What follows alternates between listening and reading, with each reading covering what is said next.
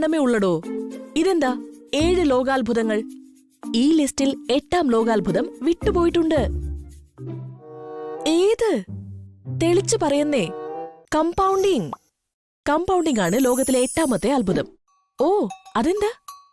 അതായത് നീ കമ്പൗണ്ടിംഗ് ശരിയായി ഉപയോഗിച്ചാൽ നിന്റെ എല്ലാ സ്വപ്നവും യാഥാർത്ഥ്യമാകും.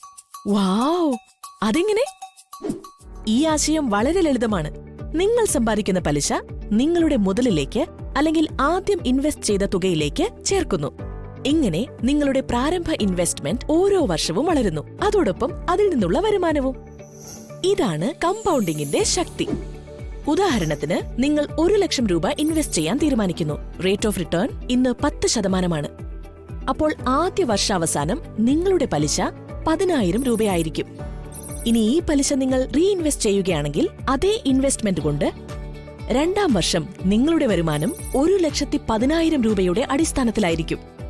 അപ്പോൾ 2ാം വർഷത്തെ വരുമാനം 11,000 രൂപയായിരിക്കും. അങ്ങനെ വർഷങ്ങൾ കടന്നു പോകുമ്പോൾ നിങ്ങളുടെ പലിശ ഓരോ വർഷവും വർദ്ധിക്കും. കാരണം ഇവിടെ ഓരോ വർഷവും അധിക നിക്ഷേപം വരുന്നു.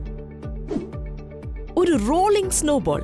താഴേക്ക് പോകും തോറും കൂടുതൽ മഞ്ഞും കൂടെ കൂടി അത് മലയുടെ താഴ്വാരത്തെത്തുമ്പോഴേക്കും അതിന്റെ വലുപ്പം വർദ്ധിക്കുന്നത് പോലെ തന്നെ.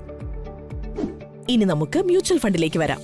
കോമ്പൗണ്ടിങ്ങിന്റെ ശക്തി ഒരു മികച്ച സമ്പത്ത് സൃഷ്ടിക്കുന്നതിനുള്ള വഴിയായി മാറും.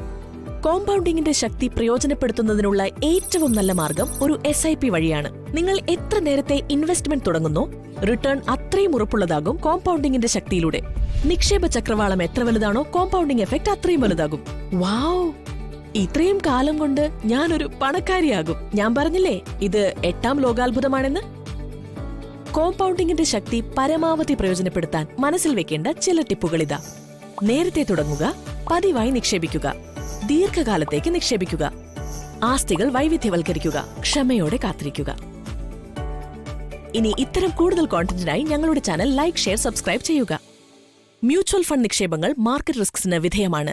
സ്കീമുമായി ബന്ധപ്പെട്ട എല്ലാ ഡോക്യുമെന്റുകളും ശ്രദ്ധാപൂർവ്വം വായിക്കുക.